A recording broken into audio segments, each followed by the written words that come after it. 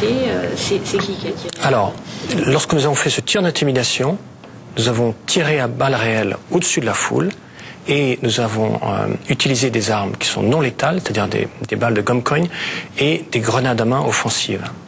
Et les images que l'on voit sont malheureusement les blessures que provoquent ces armes non létales. Nous sommes le 9 novembre 2004. La Côte d'Ivoire est à feu et à sang. Voilà 3 jours que le soldat de Cuypers et ses camarades ont été tués à Bouaké.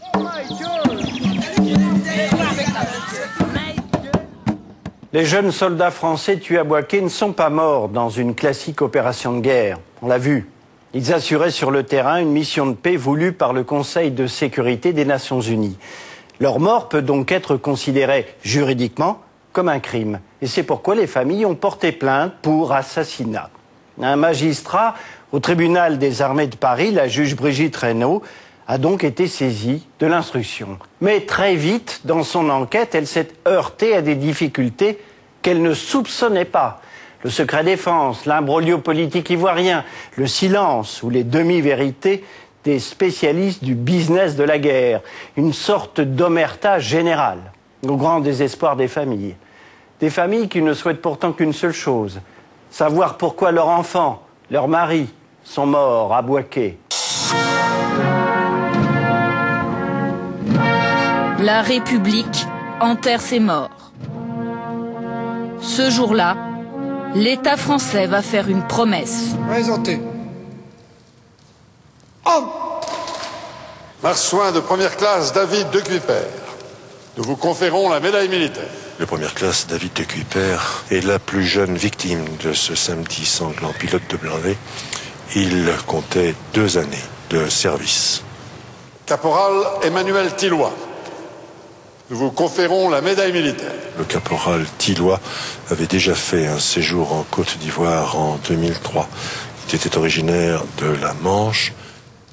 Ici, dans ce haut lieu, nimbé de gloire militaire, je veux vous dire, au nom du peuple français, que nous ne vous oublierons pas.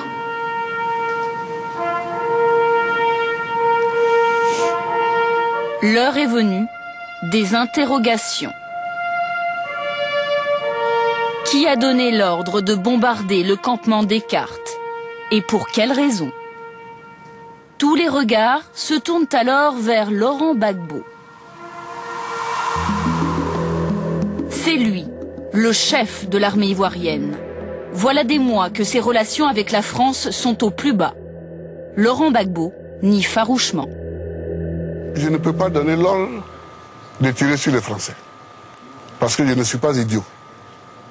Je crois que vous pouvez me concéder cela. Et le minimum d'intelligence, le minimum, veut qu'on ne tire pas ni sur les soldats français, ni sur les soldats de l'ONUCI. Afin de trouver les coupables, une enquête est ouverte pour assassinat. Le tribunal aux armées de Paris est saisi de l'affaire le 19 janvier 2005. C'est plus de 2 mois après l'attaque de Bouaké. Un délai anormalement long. D'habitude, il suffit de quelques jours. Premier accroc dans la procédure. Pour mener les investigations, une juge d'instruction aguerrie, Brigitte Reynaud. Cette magistrate très discrète accepte de parler pour la première fois de l'enquête sur le bombardement de Bouaké. Que les gens vont arriver comme ça. Lorsqu'une enquête est mal engagée dès le départ, il est très dur après au niveau de l'instruction, je dirais, de redresser ou de rattraper ce qui n'a pas été fait dès les premiers jours ou dès les premiers moments de l'enquête initiale. Et dès le départ, une erreur qui fait bondir l'avocat des familles. Les soldats français n'ont pas été autopsiés. C'est courant dans une enquête criminelle comme ça de ne pas avoir d'autopsie? Non, une enquête criminelle, l'autopsie, elle est absolument obligatoire. Mais alors comment c'est possible? Criminel, il faut savoir les causes de la mort, d'accord? Pour savoir s'il y a eu crime ou pas. D'accord, que les causes de la mort. Donc, criminel, une autopsie est totalement obligatoire pour savoir exactement dans quelles circonstances, comment et pourquoi les choses se sont passées. Bon, donc, pourquoi ça n'a pas été fait? Je n'ai pas de réponse. J'ai pas de réponse. Le juge d'instruction, dès le début, elle a protesté contre cet état de choses, mais c'était trop tard pour elle aussi. Une absence d'autopsie qui va avoir des conséquences dramatiques pour 2 familles de soldats.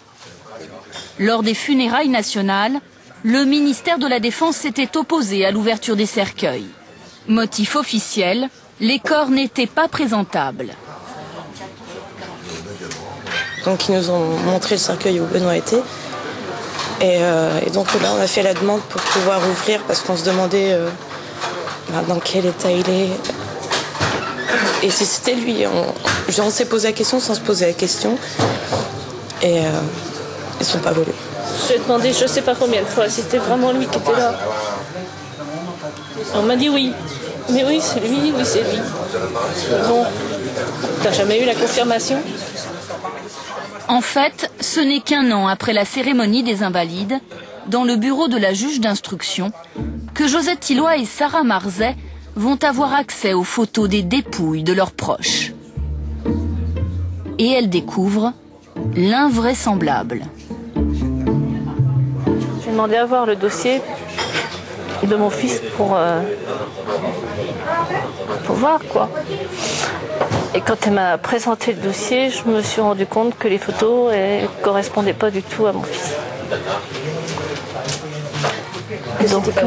Que c'était pas mon fils. Donc de là, je lui ai demandé, j'ai dit si ce dossier-là a suivi le corps de mon fils. Donc forcément, elle était aussi stupéfaite que moi, quoi. Essayez de croire un instant que c'était juste une erreur de mise en forme du dossier à Abidjan, qui a été fait rapidement. Bon, on peut concevoir dans la précipitation, mais il y a une erreur dans la pagination, tout simplement. Donc, mais bon, après, donc en faisant les exhumations qui étaient nécessaires pour vérifier, parce qu'il fallait bien vérifier qui était dans le cercueil.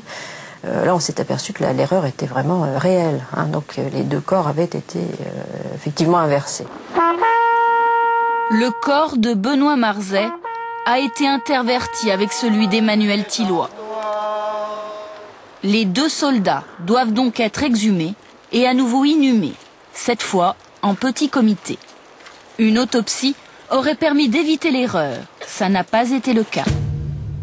Et la ministre de la Défense, Michèle Alliot-Marie, de rencontrer les 2 familles.